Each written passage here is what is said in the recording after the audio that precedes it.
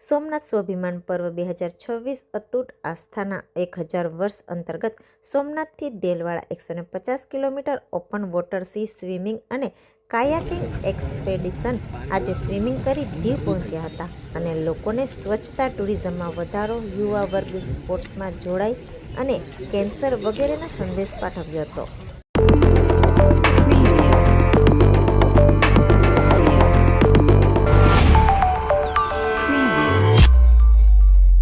કેન્દ્રશાસિત પ્રદેશ દીવ ખાતે આજે સોમનાથ સ્વાભિમાન પર્વ 2026 અતૂટ આસ્થાના 1000 વર્ષની ઉજવણીના ભાગરૂપે સોમનાથથી ચાલુ થયેલ સ્વિમિંગ સહભાગીઓ દીવ પહોંચ્યા હતા. તારીખ 21 ફેબ્રુઆરીના રોજ વેનસા શુક્લા, પાર્થ મેઘાણી અને દિવ્યમ ચોટાલિયા એમ 3 સ્વિમિંગ ખેલાડી અને જીનલ પિત્રોડા, સિદ્ધરાજ સોલંકી, આર્યન જોશી, વેદાંત જોશી 4 કાયાકિંગ ખેલાડી સોમનાથથી નીકળ્યા હતા. આજે આ 3 સ્વિમિંગ ખેલાડી અને 4 કાયાકિંગ ખેલાડીઓ દીવ પહોંચ્યા હતા. દીવ પહોંચતા દીવના સ્થાનિકોને તેઓએ દરિયાને સ્વચ્છ, યુવા વર્ગ વધુને વધુ રમતગમતમાં જોડાય અને ટુરિઝમ સ્તરે દરિયાઈ મારફતે સ્થાનિક લોકોને રોજગારી, કેન્સરથી બચવા જાગૃતતા વગેરે સંદેશ પાઠવ્યા હતા. આ સ્વિમિંગના સહભાગી રાષ્ટ્રીય સ્તરે પણ ભાગ લઈ ચૂકેલા છે. આ કાર્યક્રમને સફળ બનાવવા દીવના ભરત કામલિયા સહિત અનેક દીવના સ્થાનિકો, વાલીઓ વગેરે જહેમત ઉઠાવી હતી. આવતીકાલે સવારે તેઓ દીવના ગંગેશ્વરથી સીમર પહોંચશે. આ તમામ સહભાગીઓ રોજના 20થી 25 કિલોમીટર દરિયામાં તરે છે અને આજે સાંજે તેઓ સોમનાથથી નીકળી અને દીવ પહોંચ્યા હતા.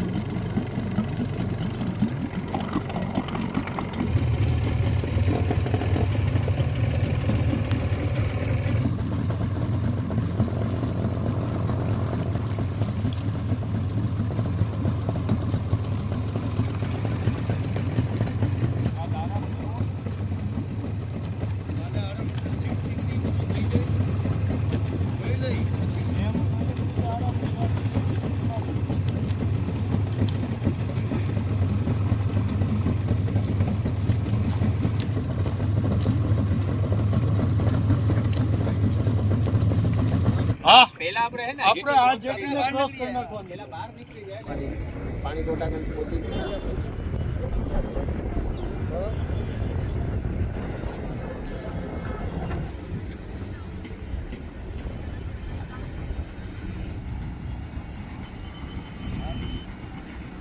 બસો જરા ફોન કરો જરા ફોટો સબસ્ક્રાઇબ સીધી કરી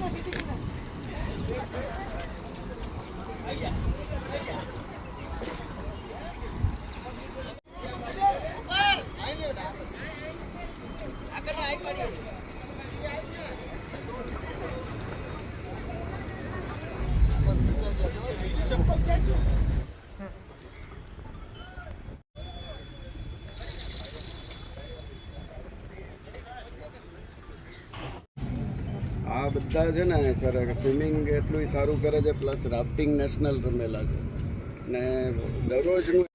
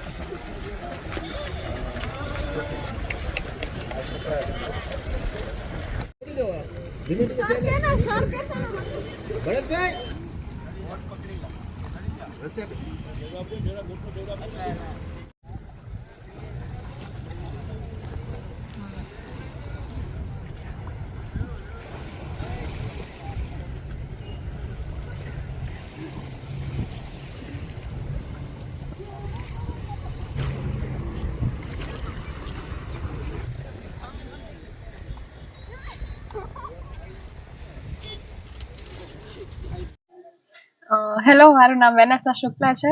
હું નેશનલ લેવલ સ્વિમર છું. રાજકોટની છું. તમે ક્યારે નીકળ્યા હતા? અમે 21 તારીખથી નીકળ્યા સોમનાથથી, અને અમારી યાત્રા દેલવાડા સુધીની છે. 10 દિવસની આ એક્સપેડિશન છે, જેમાં અમે 3 સ્વિમર્સ છીએ, 4 કાયાકર્સ છીએ. તમારો અનુભવ? હું સ્વિમિંગ 7 વર્ષની હતી ત્યારથી જ હું સ્વિમિંગમાં જોડાયેલી છું, અને એની સાથે સાથે હું દરિયામાં સ્વિમિંગનો અનુભવ કહું તો મેં ચોરવાડથી વેરાવળ તરેલું છે. એની પહેલા મેં દ્વારકાથી સોમનાથથી સ્વિમિંગ એડવેન્ચર એક્સપેડિશન કરેલો છે. એમાં અમે 250 કિલોમીટર કવર કર્યું હતું 15 ડેઝમાં.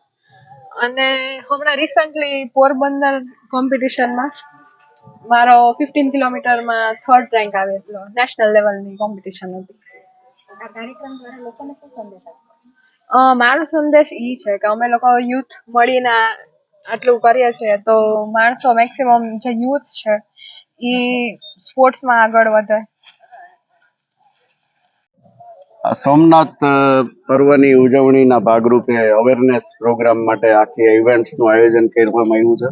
અને આ ઇવેન્ટ્સ આની પહેલા બેટ દ્વારકાથી સ્ટાર્ટ કરીને સોમનાથ સુધી સી સ્વિમિંગ 200 કિલોમીટરનું આજ બાળકોએ કર્યું હતું 2022માં. અને અત્યારે આ વર્ષે અત્યારનું જે અમે 21 તારીખથી સ્ટાર્ટ કર્યું હતું સોમનાથથી, તો અત્યારે દીવ 27 તારીખે અમે દીવમાં પહોંચ્યા છીએ સ્વિમિંગ કરતા ગંગેશ્વર સુધીનું આજનું સ્વિમિંગ માધવાડથી ગંગેશ્વર સુધીનું થયું. એટલે ઓલમોસ્ટ 22 થી 25 કિલોમીટર છોકરાએ એક જ દિવસમાં સ્વિમિંગ કર્યું. એ 3 થી 4 કલાકમાં આ છોકરાઓ બધા છે ડોલ્ફિનની જેમ સ્વિમિંગ કરે છે. અને અહીંથી સ્વિમિંગ કરતા સિમ્બર સુધીનું સ્વિમિંગનું ઇવેન્ટ છે. ને 2જી તારીખે અમારું સમાપન થશે સ્વિમિંગનું. એની સાથે સાથે કેન્સર અવેરનેસ પ્રોગ્રામ છે, સાથે સફાઈ અભિયાન છે કે દરિયા કિનારાના માણસો છે એમની સાથે મીટિંગો કરી, એમની સાથે અવેરનેસ પ્રોગ્રામ કરી ને જે દરિયાઈ ટુરિઝમ ડેવલપ થાય. આ કેટલા માટે લઈ આવે છે? નાની હોડીઓ, કે આપણે અહીંયા ટેન્ડિયા ઘણા બધા છે, નાની હોડી ઘણી બધી છે. તો માણસો આજે તમે ટુરિસ્ટને એક ચક્કર મરાવો તો તમને 200-500 રૂપિયા ટેન્ડિયાનું મળી જાય ચક્કર મારવાના. તો એ જ ટુરિઝમ નાગવામાં જે બીજા માણસો પૈસા ભરીને કરે છે, 25 લાખ રૂપિયા દઈને ગવર્મેન્ટની પરમિશન લે છે, જ્યારે આપણી પાસે 500 ટેન્ડિયા પડ્યા છે. તો આપણે ટુરિસ્ટ આવે તો એને ટેન્ડિયામાં જો ફેરવીએ તો હમણાં અમે આપને ડેમોન્સ્ટ્રેશન બતાવશું કઈ રીતે કરાવવાનું. તો એ વસ્તુથી અવેરનેસ પ્રોગ્રામ છે, ટુરિઝમ ડેવલપ થાય છે, ધાર્મિક કોરિડોર છે, જે ધાર્મિક ટુરિઝમ ડેવલપ થાય છે. તો મંદિરોના બધાના દર્શન ને ડિસિપ્લિન જે કહે ને, દરિયાના માણસોને કચરો દરિયામાં નહીં નાખવાનો, કે દરિયો આપણે ઘણું બધું આપે છે, આપણે દરિયાને કાંઈ નથી આપી શકતા. તો દરિયો છે તો પૃથ્વીનો 3rd 4th દરિયો છે, 3 ભાગનો દરિયો છે ને 1 જ ભાગની જમીન છે. તો એ આપણે ઘણું બધું આપે છે, ને એને જો આપણે સાફ નહીં રાખી તો ઇન્ટરનેશનલ ટુરિઝમ આપણું ડેવલપ નહીં થાય. તો સારી વસ્તુ આપણે ઇવેન્ટ્સ કરી શકી.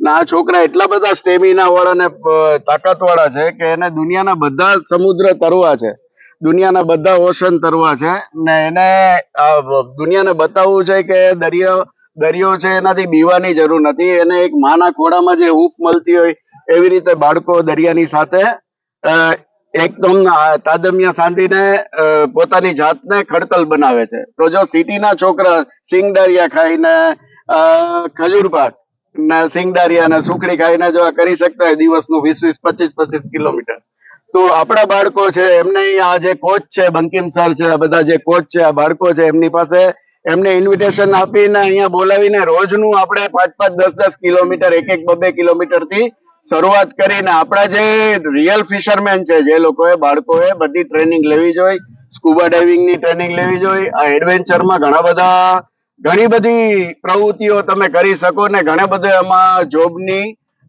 જે કહે ને સ્કુબા ડાઇવિંગની જોબ તો બહુ પૈસા તમને આપી શકે. તો આ બધા અવેરનેસના અમારા પ્રોગ્રામ છે. સાથે જે માણસો અમને જે કોઈ બી જગ્યાએ બધી જગ્યાએ ગયા છે અમરેજ, સૂત્રાપાડા, મૂળ દ્વારકા બધી જગ્યાએ માણસો, ઘોઘલા, દીવ બધાએ અમને પૂરેપૂરો આમંત્રિત કર્યા છે અને સપોર્ટ આપ્યો છે. તો ધન્યવાદ બધાનો. ને અમારી મેઇન હીરો રિયલ જે બધા છે આ સ્વિમર્સ છે અને કયાકિંગ વાળા છે, જે તમને અત્યારે ડેમોન્સ્ટ્રેશન બતાવું, તમે મળી શકો છો અમને. ઓકે.